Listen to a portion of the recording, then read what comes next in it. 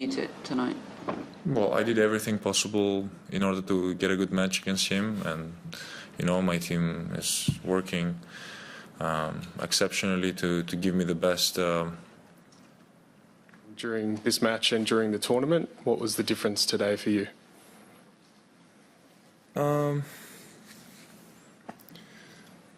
I had trouble getting a hold of my serve in the beginning, which was noticeable. I wouldn't say I was nervous. I was excited actually to be out on the court, getting an opportunity to fight for that number one spot tonight, and I was really looking forward to the game and giving myself a good chance out there. There are definitely things that I can improve and get better at, given the circumstances today. But I won't, I don't think there's any reason for me to be affected by today's loss. It is a step forward. I'm looking forward to scoring more points during this season, making bigger results and fighting for bigger trophies. I very much enjoy the way I play, my attitude on the court, my mental stability, my concentration levels.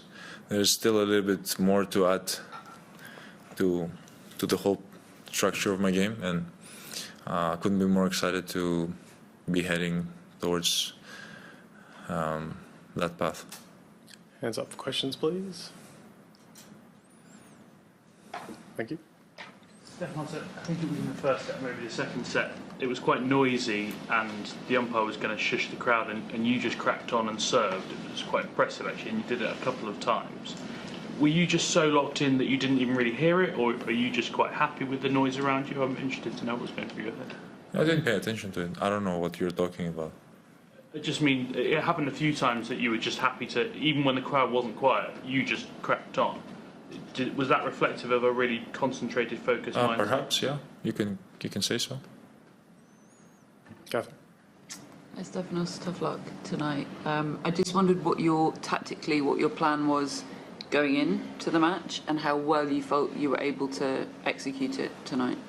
Well, I did everything possible in order to get a good match against him, and my team is working exceptionally to give me the best way that I can approach this, especially today. There's nothing that I didn't use to my advantage, or there's nothing that I could have extracted more for today. I did everything possible. Novak is a player that pushes you to your limits, and I don't see this as a curse. I don't see this as like something annoying. This is very good for the sport, to have competitors like him, to have champions like him. It's very important for us that want to get to his point one day, and getting our asses kicked is for sure a very good lesson every single time. He has made me a much better player. He has made my levels of concentration get higher and higher every single time I get to play him.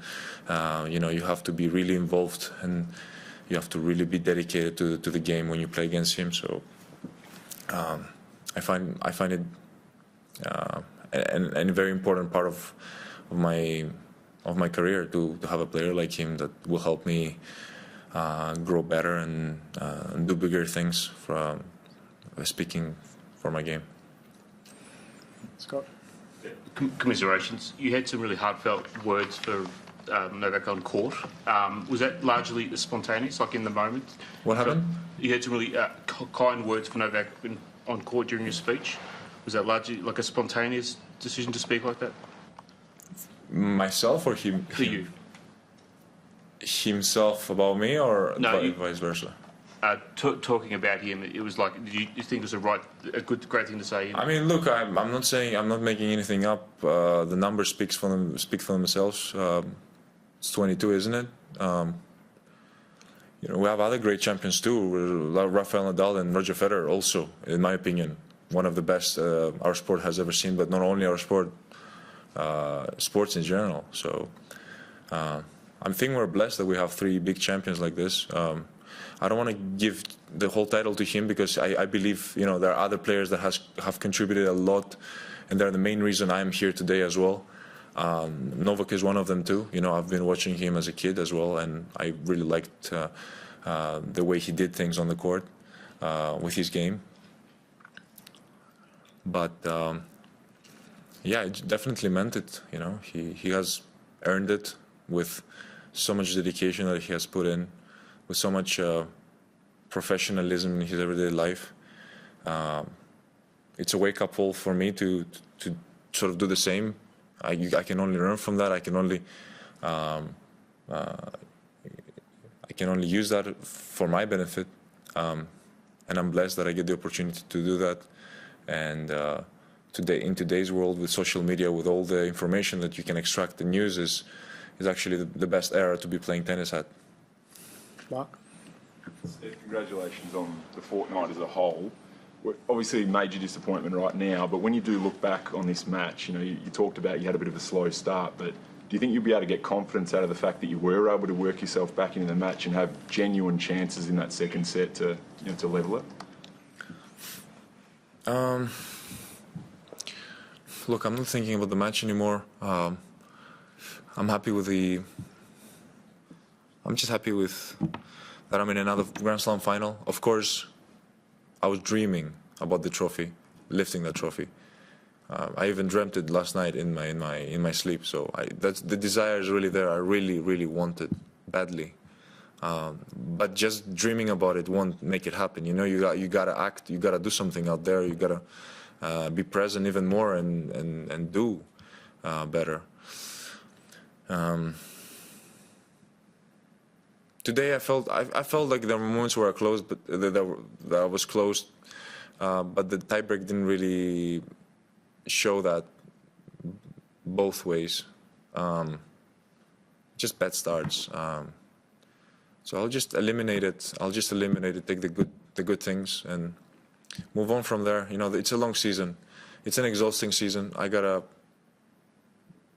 be physically ready for the difficult matches that I will have to play this year against the best players in the world. So, I'm just thinking ahead. I'm thinking forward and not backward. Losing finals is not the best feeling in the world for sure. Might sometimes, let's say, be easier to sort of absorb a semi-final loss because you're not dealing with the spotlight of the final. But definitely much better playing finals than being stuck behind in the semi-finals. I'll take that for sure. I just need to take that one more step where I can consistently lift trophies and win slams and Masters 1000 events. Catherine? Just wondered, hearing all of that and your perspective on the loss right now, if you can compare the emotions of now to at the same point after the final in Paris. Well, Paris was heartbreaking. I was 2 sets to love up. I wasn't really thinking that I was 2 sets to love up. I mean, I was aware of it, but didn't occupy too much of my thought process. Let's say I did some technical decisions there that were wrong, which I'm pretty sure I'm not going to repeat again in my career. Just pure stubbornness from my side. I can see or feel the same again because that was a different final of what we had today. That was disappointing for sure. A lot of not such nice things happened for me that day. Losing my grandmother the day of the final, not knowing about it but finding out later. It was something in the air that day that made it feel that there was something odd about that day. And I still remember it, and I don't want to remember it because it's not a nice feeling. It's mixed emotions because I played my first Grand Slam final, and at the same time I had that circumstance. So just moving on. Happy life. Last one in the room. Yep. Stefanos, after New York, last year, I remember speaking to you in one of the side rooms, and you talked about how the possibility of getting quite close to number one had been on your mind that summer. I wondered, and you said it maybe affected you a little bit, as I recall.